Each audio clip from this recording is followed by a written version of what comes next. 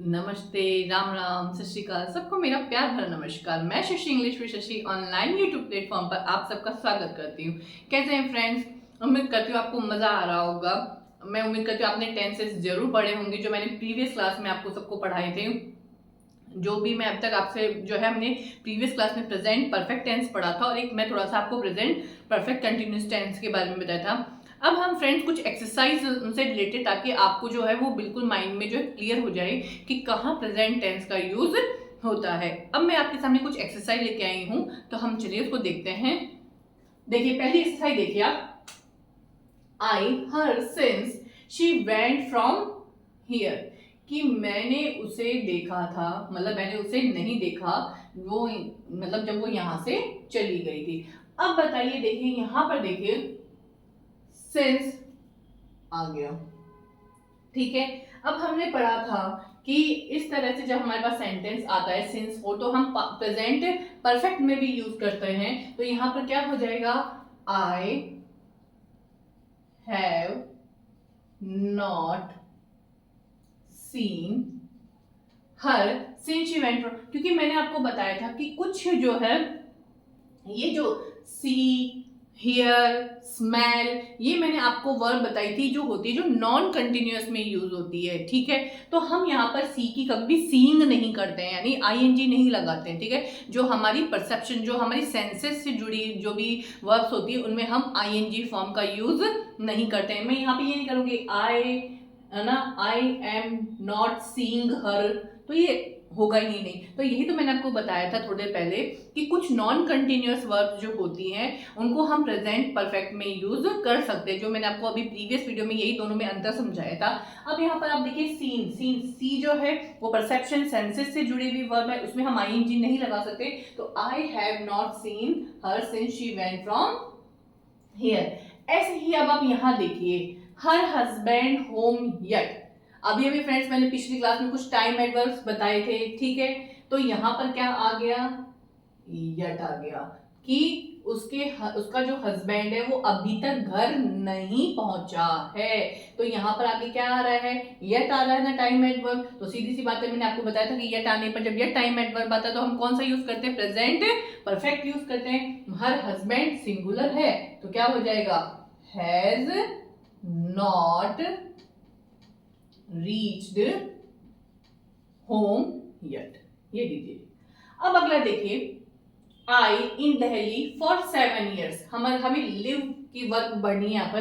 देखो फ्रेंड्स, यहाँ दो चीज का ध्यान रखना। अगर आपके पास ऑप्शन में फॉर एग्जाम्पल आ जाता है कि I have been, for example अगर आपके पास में ऐसे आता है आई हैव बीन लिविंग, ठीक है, इन दिल्ली फॉर 7 years, या फिर ऐसे आ जाए I have lived in Delhi for 7 years। अगर हमारे पास ऑप्शन में ये दिया हुआ हो तो ये भी करेक्ट हो जाएगा, ठीक है। फॉर एग्जाम्पल अगर ये ना दिया हुआ हो हमारे पास में, तो हम कर सकते हैं कि I have been living in Delhi for 7 years। For का यूज हमने क्यों किया? क्योंकि फॉर मैंने आपको बताया था कहाँ यूज होता है, पीरियड और ड्यूरेशन बताने के लिए। अब कितने साल की अवधि हो गई?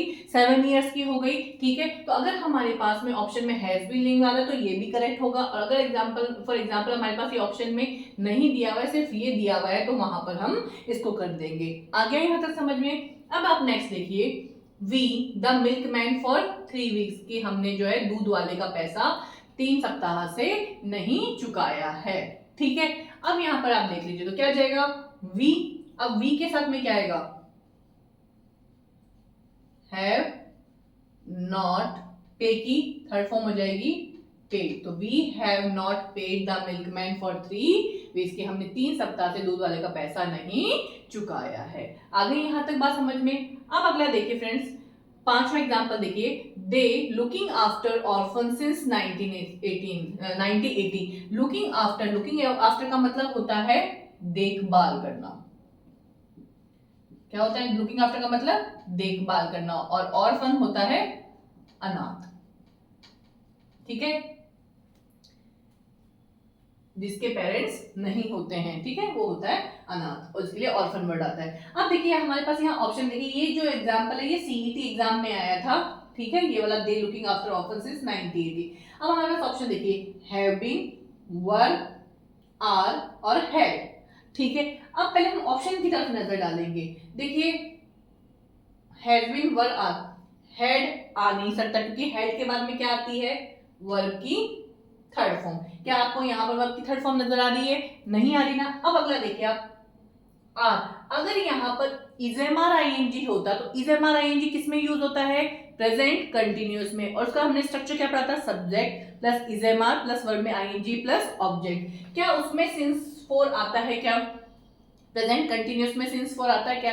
अगर सिंस फोर आता है तो सिंस फोर जो जिसमें आता है उसका स्ट्रक्चर हमने क्या, स्ट्रक्चर ध्यान में रखिए फ्रेंड्स, उसका स्ट्रक्चर प्रेजेंट परफेक्ट कंटिन्यूअस का subject plus has have plus been plus verb में आईएनजी प्लस ऑब्जेक्ट और आगे टाइम जो सिंस फोर से। तो क्या हमारे यहाँ पर हैज हैव बीन आईएनजी दे रखा है? नहीं है ना, क्योंकि सिंस फोर है, तो ये ऑप्शन भी हमारा हो गया रॉन्ग। अब नेक्स्ट देखिए वाज वर आईएनजी, तो वही चीज इस पे लागू होती है जो यहाँ इस वाले नियम पे लगता, तो ये भी हो गया हमारा रॉन्ग। अब यहाँ पर क्या आ जाएगा? दे की कहानी यहाँ पे आ जाएगा have been looking after orphan since 1980।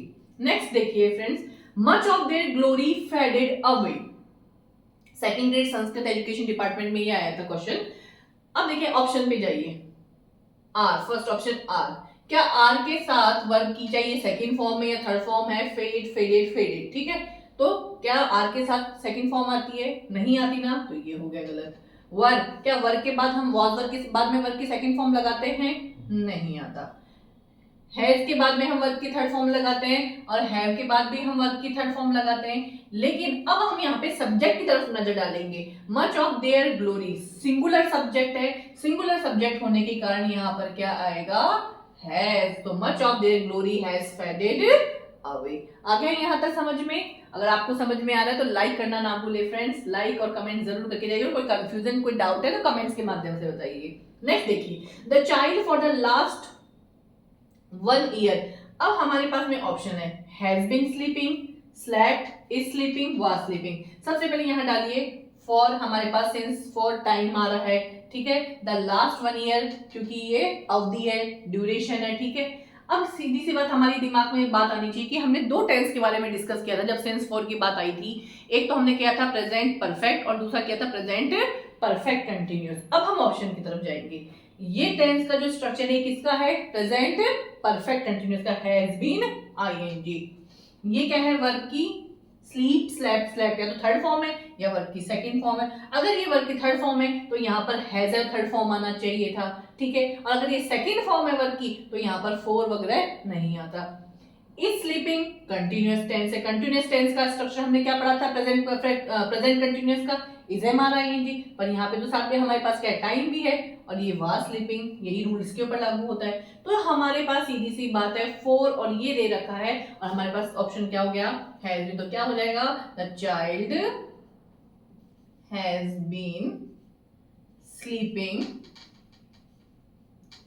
For the last 1 hour. ये सीईटी में पूछा गया था ये क्वेश्चंस फ्रेंड्स।